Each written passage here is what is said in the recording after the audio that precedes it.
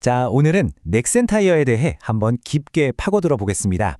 특히 작년, 그러니까 2025년에 정말 기록적인 실적을 냈는데 과연 올해 2026년에는 어떤 전략을 가지고 있는지 넥센 타이어를 처음 보시는 투자자분들도 이해하기 쉽게 한번 짚어보죠. 우선 작년 성과부터 바로 들어가 보죠. 2025년 정말 대단했거든요. 보세요. 3조 1,896억 원.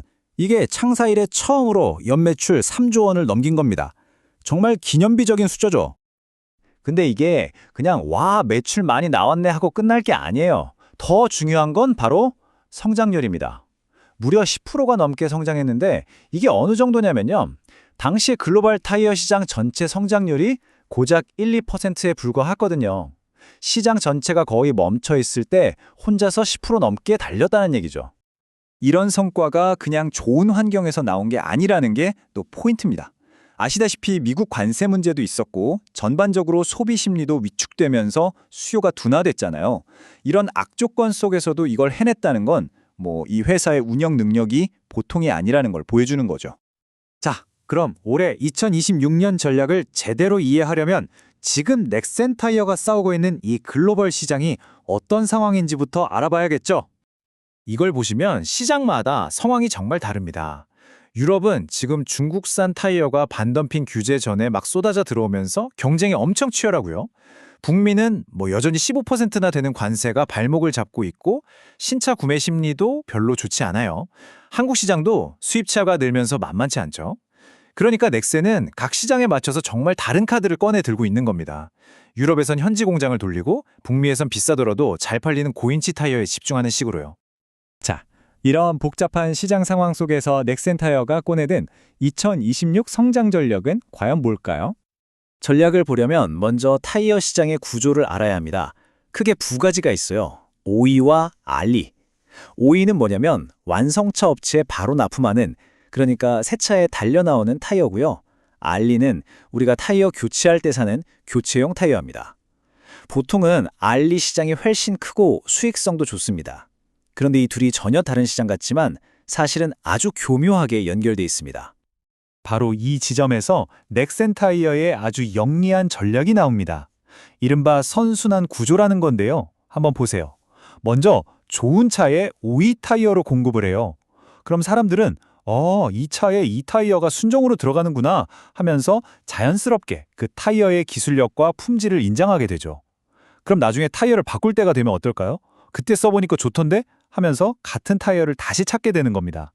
이게 바로 아리 시장으로 이어지는 거죠. 이렇게 아리 판매가 늘면 브랜드 가치가 올라가고 그럼 또 다른 좋은 차에 OE로 들어갈 기회가 생기는 이 고리를 만드는 게 핵심입니다. 이 선순환 구조를 더 단단하게 만들기 위한 세 가지 축이 있습니다. 첫째, 유통망. 월마트 같은 대형 유통업체랑 파트너십을 더 깊게 가져가면서 소비자들이 더 쉽게 넥센 타이어를 만나게 하는 거고요. 둘째, 마케팅. 이 타이어, 당신이 타는 바로 그 차에 원래 달려 나오던 겁니다.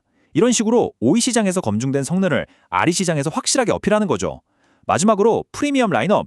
요즘 대세인 전기차나 고성능차에 맞는 타이어를 계속 내놓으면서 미래 시장을 선점하는 겁니다. 그래서 이 모든 전략을 바탕으로 내세운 2026년 목표는 명확합니다. 매출 3조 3천억 원, 그리고 수익성도 챙겨서 높은 한 자릿수. 그러니까 7, 8, 9% 정도의 영업이익률을 달성하겠다는 겁니다. 작년에 이어서 또 한 번 시장 평균을 훌쩍 뛰어넘겠다는 자신감이죠. 자, 계획은 좋습니다. 그런데 투자자 입장에선 당연히 이런 질문이 나오겠죠. 그래서 그 목표를 달성할 만한 진짜 실력이 있긴 한 거야? 그 답을 제품과 기술력에서 한번 찾아보시죠. 가장 눈에 띄는 건 바로 제품 믹스의 변화입니다. 쉽게 말해 돈이 되는 제품을 더 많이 팔고 있다는 건데요. 그 중심에 있는 게 바로 이 고인치 타이어, 그러니까 휠 사이즈가 큰 고급 타이어입니다. 이게 마진이 훨씬 좋거든요. 보세요. 2020년에는 전체 매출에서 고인치 타이어 비중이 29%였는데 5년 만인 작년에는 38%까지 올라왔습니다.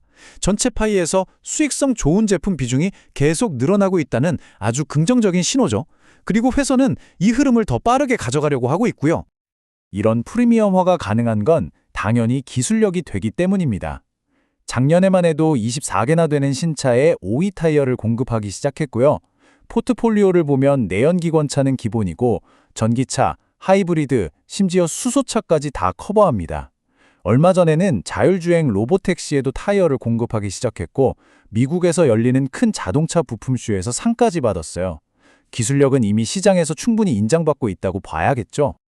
자, 그럼 좋습니다. 전략도 있고 기술력도 확인했어요. 그럼 이제 투자자로서 우리는 올해 뭘 지켜봐야 할까요? 어떤 변수들이 넥센 타이어의 실적에 영향을 미칠지 핵심 변수들을 짚어보겠습니다.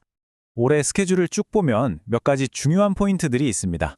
일단 상반기 내내 원자재 가격이랑 해상 운임이 계속 안정적으로 유지되는지 봐야 하고요.